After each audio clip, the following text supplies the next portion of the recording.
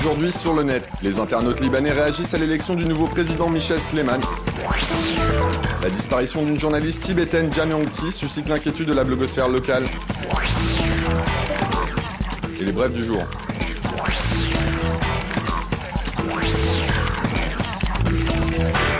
Au Liban, après 18 mois de vacances du pouvoir, le général Michel Sleiman a été élu à la présidence du pays, la blogosphère réagit.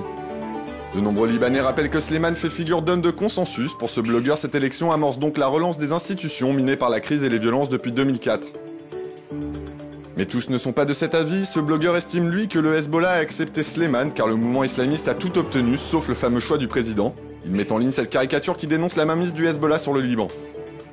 En effet, cet internaute affirme que le Hezbollah a obtenu un droit de veto sur toutes les décisions du gouvernement. Il s'interroge ainsi sur le futur des relations souvent conflictuelles entre Israël et le Liban.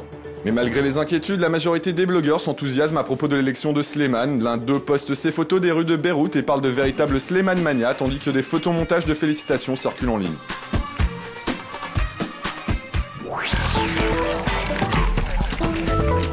Au moment où le tremblement de terre dans le Sichuan en Chine semble accaparer toute l'attention médiatique, la blogosphère s'inquiète du sort de Jam Yangki, une journaliste et chanteuse tibétaine arrêtée le 1er avril et disparue depuis. Sur la toile, les internautes multiplient les appels à sa libération. Ainsi, sur poemsprotest.org, ce poème s'adresse directement à Hu Jintao, le président chinois. Les essais qu'elle publiait sur son blog, très populaire parmi les jeunes tibétains, sont largement relayés sur le web. Ces textes abordent l'éducation et la protection de la culture, mais aussi le sort des femmes tibétaines, dénonçant par exemple les mariages forcés.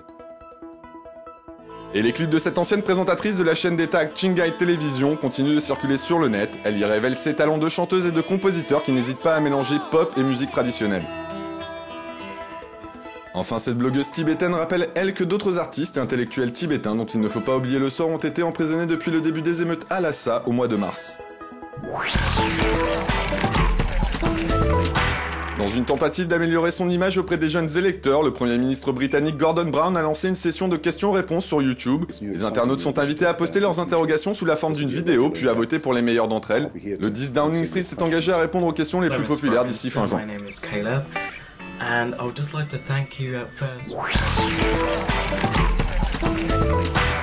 Dior et Tag Heuer sont sur le point de commercialiser leurs propres téléphones haut de gamme, des modèles très chics qui ne seront pas à la portée de tous. Ainsi, il vous faudra débourser au moins 3500 € pour une version du Dior Phone sans ses diamants incrustés. Quant au Meredith de Tag Heuer, il vous coûtera environ 3700 € dans sa version de base.